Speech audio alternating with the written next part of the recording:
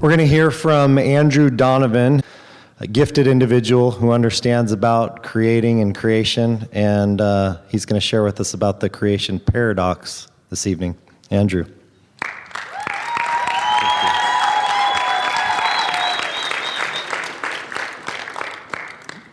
Wow, what an event, huh?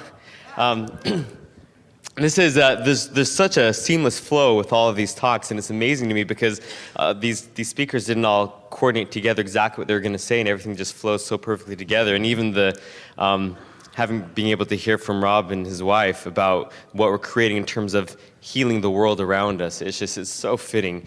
My intention in the few minutes that I have with you this evening is to explore a level of stewardship that we have as creators and as leaders in this company. And it's no small accident that we're all here tonight, and it's no small accident that we bumped into this company.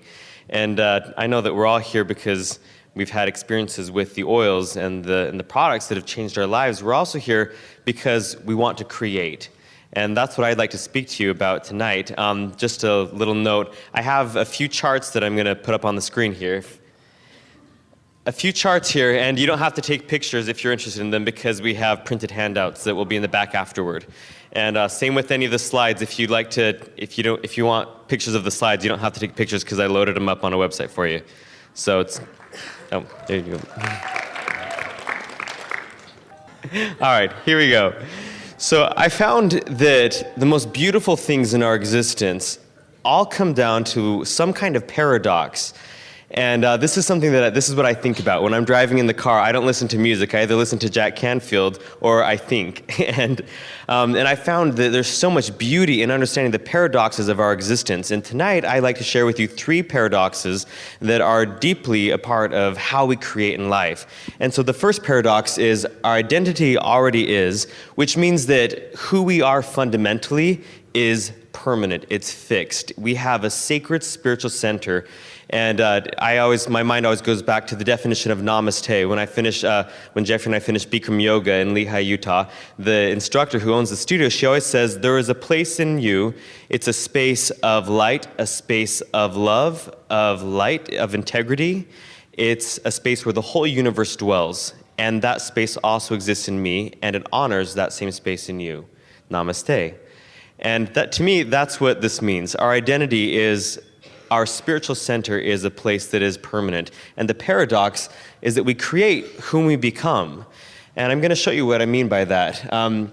This is one of the first graphics that I'll show you. It's the levels of being. And I found that we kind of are like layers of an onion as people, right? We've got all kinds of elements to our existence. And here's something that's helped me kind of categorize who I am and who each of us are. So at the very beginning of this, you see that we have the true self, and that's that beautiful infinite part of our spiritual identity. Above that, we have our core beliefs. These are things that are normally not something that we're conscious of. Core beliefs are primarily things that we've absorbed in our childhood. We develop those core beliefs, those paradigms, how we see the world and how we expect life to show up around us based on what we observe in our surroundings, based on the people and the environments, right? And we usually don't become conscious of those core beliefs until we have enough friction in our conscious reality to where we say, hold on, what the heck's going on here? And then we start challenging some of the things that are at our center. And our desires then are a result of those core beliefs. If we have a paradigm of scarcity, then we'll always be wanting to fix the scarcity, and that will be the desire that we come from. Whereas if we're like Kyla, and we come from a paradigm of I am God's, and the universe works toward my betterment, then we're coming from a space of abundance. Our desire will match that. We'll come from a place of wanting to continue to grow abundance. Above that, we have our thoughts, and basically, we're either thinking about what we do want or what we don't want. That's an easy way to categorize our thoughts, no matter what flavor or brand they are. And above that, we have our emotions. Our emotions are a result of our thoughts. When you think things of scarcity, you feel scarcity, and likewise with abundance. Our actions will always be a result of our emotions. If we feel hope, if we feel encouragement, we'll do things that are in alignment with that. Whereas if we're coming from an emotion of fear, our action will always be something that creates more constriction. And finally, outside of actions, we have our experiences, the stuff going on in the world around us, and the last, most surfacey layer of our being, and I appreciate your patience in going through this, is the stories about why we're experiencing what we're experiencing. Now, most people, without any kind of personal development or mentoring or training, live in that very outer circle. They live in the stories about why life is happening the way it is to them, or why people are doing whatever they're doing, right? And we've probably had lots of experience trying to coach people out of those stories, right? Yes? So, in what space do you create? Are you creating from a space of ego or true self? Because if you notice, the outer layer of the onion, that was the ego, where the ego likes to hang out, and the very center is the true self, that space of light, integrity, love, and truth. So, this is... there's a chart that I've made up on my computer, and it's probably kind of geeky, but I love to think about this kind of stuff because it feels so empowering to me to understand how I'm creating my reality. And I found that if I can understand when I'm creating out of my ego versus creating from my true self, I can quickly make some shifts in what I'm doing so that I'm creating more in alignment with what my true purpose is. That's interesting to all of us, right? Because not only we're here to do that for ourselves, but we have a stewardship to teach other people how to do that. And so the first thing is that the function of each of these things, our egoic self versus our higher true self, is that the ego, its purpose is to justify, to defend, and protect itself. And we've all experienced the moments of that, right? The purpose of the higher self is to create meaning. And I love this because I've spent, like many of you, many moments in my life contemplating, like, what is the purpose of our existence, right? And this is the most beautiful description that I've ever come across. The purpose of existence is to create meaning. And you can't argue when something's meaningful. And when something's meaningful, it usually helps people around you too, right? The beliefs of the ego are very interesting to me. Number one, I am what I have, meaning my material possessions. 2, I am what I do, my career, my status, right? 3, I am what others think about me. And this is where a lot of us spend a lot of our time when we're in our ego, caring about people's opinions, about their judgments about us.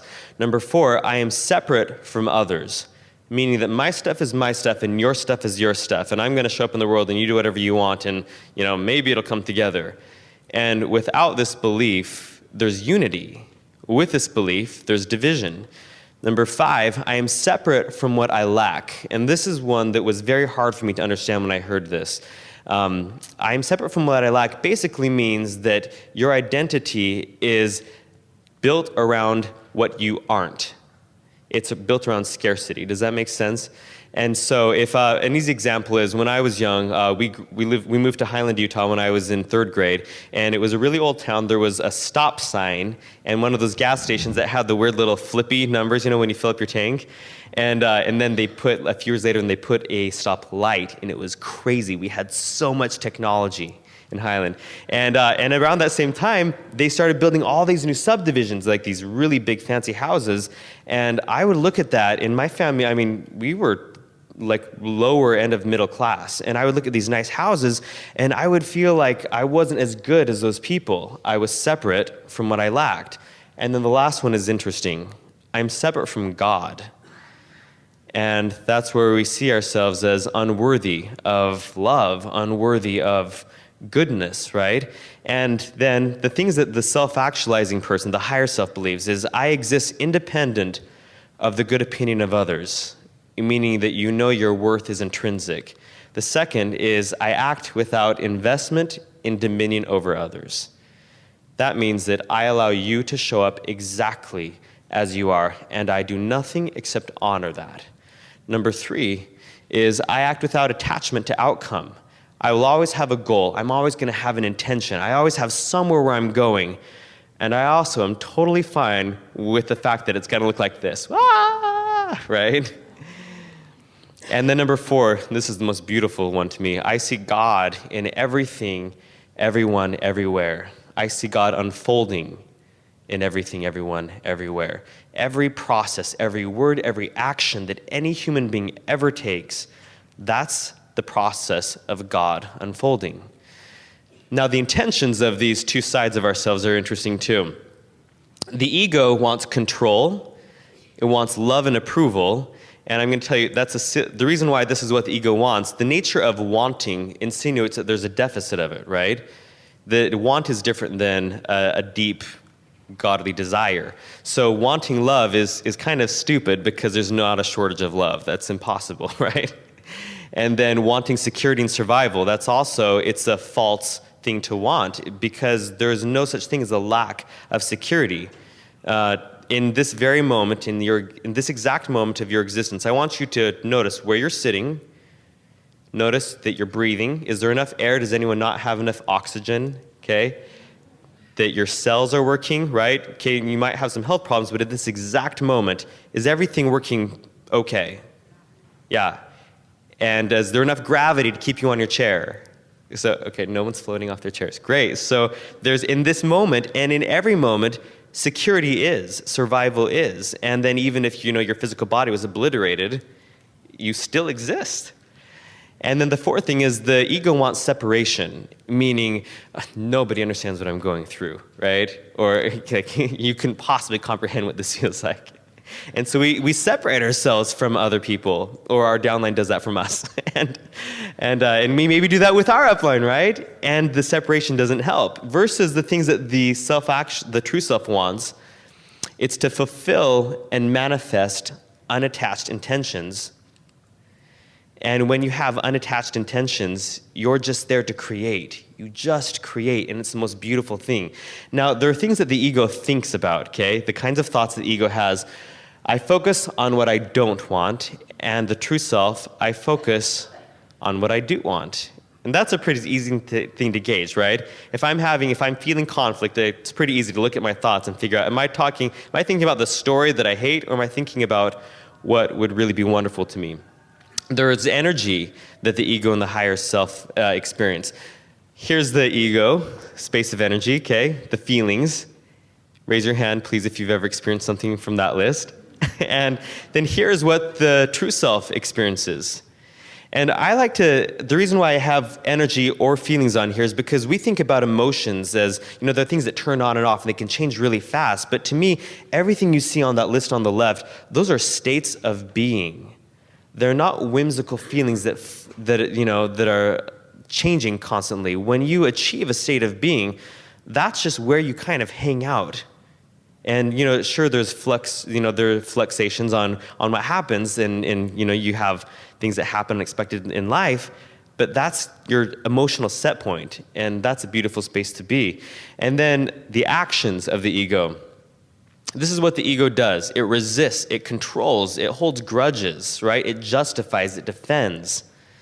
And then the higher self does this. I choose because I choose, and I create because it's meaningful to me. And there's a lot of other things that the true self does, right? We serve, we edify, we expand, we improve, we increase, and we bring others with us. And then the experiences are very simple. The ego experiences scarcity. The true self experiences abundance. And are you seeing that when you understand the difference between these two sides of ourselves, that's when you have the awareness so that you can make a conscious shift. Now, the stories, this is great. It is because, insert any story, right? Because this person did it to me, or because this thing did it to me, or whatever. And the true self says, it is because it is. And it is as we created it. And the reason why I put the word we there is because not one person can create any experience. We all contribute to everything that we create as a unified whole. That's what humanity is. And then the ego exists in the past or the projected future, right? The future doesn't exist, we just project into it. And the true self exists in the present. And then the fuel of the ego is conflict, and the fuel behind everything the true self does is a well-being. I love what Esther Hicks teaches. She says there is a constant flow of well-being, and our only task is to release all the resistance we've built against that. And well-being, you can subset to any good thing, any virtue, love, gratitude, goodness, right? And there's a constant flow of it. What happens when we take down the walls? We receive. Now, this is the chart of everything I just walked you through, so there's a printout of this. So let me ask you, how do we see the people that we lead, when we think about them, what do we see in our heads? Do we see somebody struggling? Do we see somebody doing that's not doing what they're supposed to not be doing? Do you get what I'm saying? Or do we see them not doing what they're supposed to be doing? Is that what we think about? And that the invitation here is to, be aware of how we're looking at people. Because as leaders, if we're looking for flaws, if we might not be trying to look for flaws, but if that's our habit, we're not showing up as a true leader, and we're definitely not creating consciously. I love what Natalie teaches, catch people doing things right. So the second paradox here is our task is to accept all that is. I love this because everything is perfect in the exact present moment. Nothing's wrong, everything's fine, right? And when we accept that, we have a level of peace that we experience. The paradox is that our task is to accept all that is and to create all we desire. And this has put my mind in moments of just perplexion because my brain wants to think, how could I be okay with everything that is and also want things to get better? That doesn't make any sense. That's why it's such a beautiful paradox. So you gauge your level of acceptance by this question: what is continually in your awareness? What things are constantly going through your head? And I'll tell you something that I've learned, a little trick, is that sometimes it's hard to catch our thoughts, right? Thoughts run through our head at 1,000,000 miles per second, and sometimes we don't even have a second to catch those thoughts. And we don't even know what we're thinking a lot of the times. All we know is that maybe we feel kind of crummy, or maybe we feel pretty good. And because of that, our feelings are great indicators. So how you feel on a regular basis indicates how you're creating your life experience. I've learned that my emotions are nothing but an indicator of the energy with which I'm creating my life experience. So I want to ask you a question, and I'd like for you to get out your pens and your paper, and I'm going to show you a little chart here. I want you to write down your top 3 emotional homes. What that means is these are the top 3 places where you hang out emotionally most of the time, okay? So here's an emotional scale, and if you can't see that, I'm going to read it to you, and I'm sorry I didn't want to give you the printouts because I wanted you to look it up here instead of at your papers. So basically at the top it says joy, knowledge, empowerment, freedom, appreciation, passion, enthusiasm, happiness, positive expectation, belief, optimism, hopefulness, contentment, boredom, pessimism, you see where this is going, frustration, irritation, impatience, defensiveness, overwhelmment, disappointment, doubt, worry, and then the ones at the bottom are big, so you can see those, I'm sure. Do you need me to read those ones at the bottom? Okay, there was a yes. So doubt, worry, blame, justification, discouragement, anger, and I want you to notice that the lower we get on this, the heavier and the more intense and destructive these emotions become. Anger, revenge, hatred, jealousy, insecurity, guilt, unworthiness, fear, grief, depression, despair, and powerlessness. And powerlessness is the ultimate, bottom of the barrel thing. So take a moment right now and just reflect and just scribble down the top 3 places. And if you'd like to, you can pick a time period. Maybe it's the last week or the last month. Where have you been hanging out emotionally? And because of time's sake, I'm going to talk while you're doing that. I hope you're okay with that.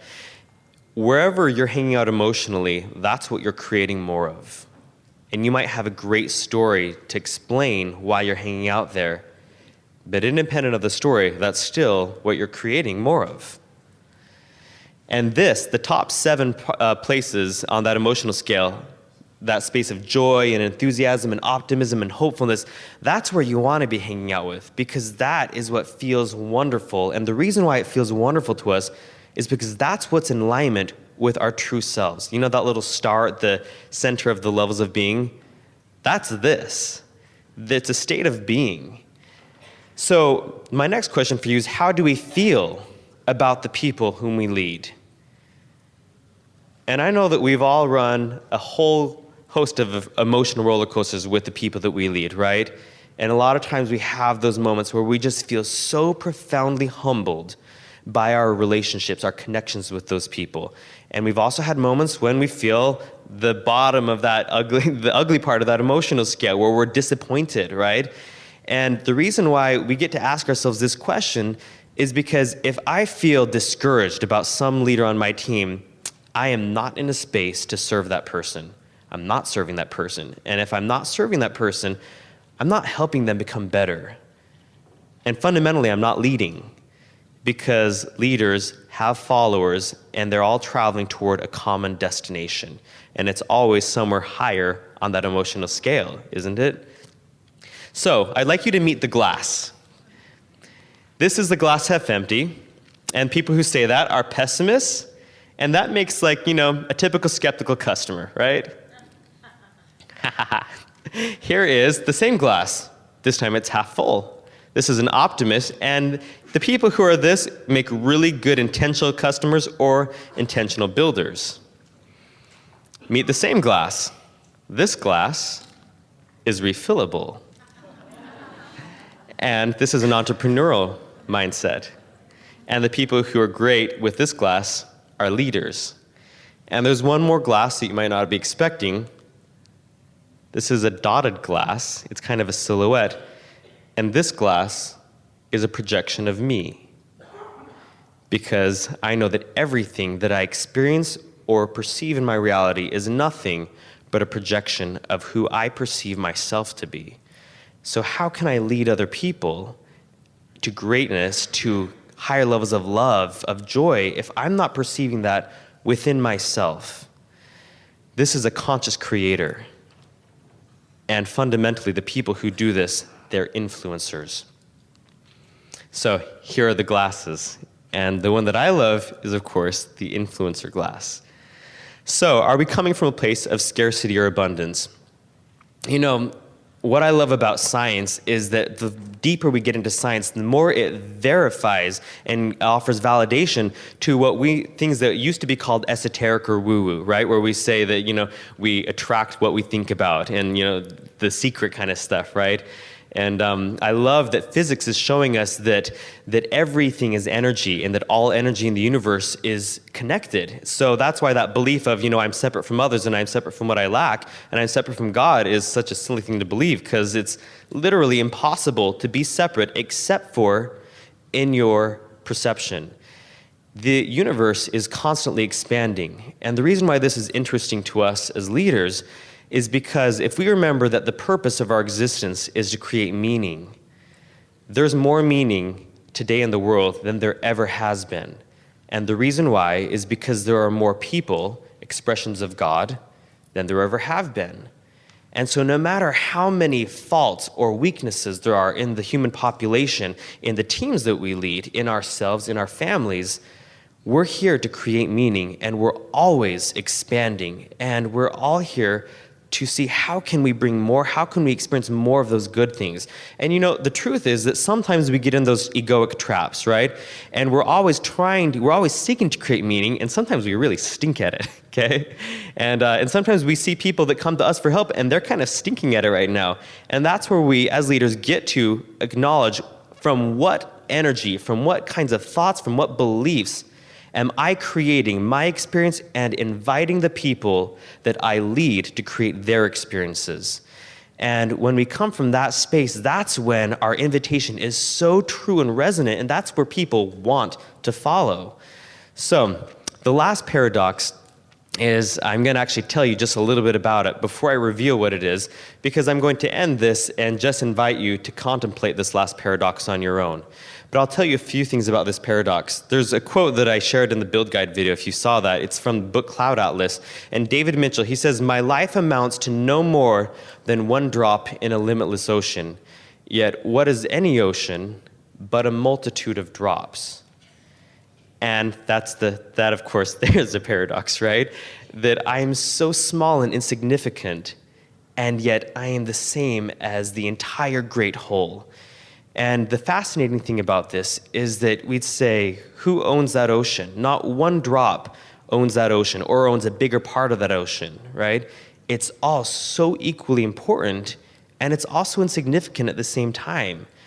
And when you come from that space, you understand that the things that go wrong, they're okay. Everything's going to work out. And at the same time, everything we do as leaders is so crucial. When we live this third paradox I'm going to show you in a moment, and the reason why the word live is underlined there is because it's not when we get the paradox, when we understand it. When we live in it, when we choose to exist in this kind of energy, we're living in a place of gratitude. And the paradox is probably one of my most favorite ones.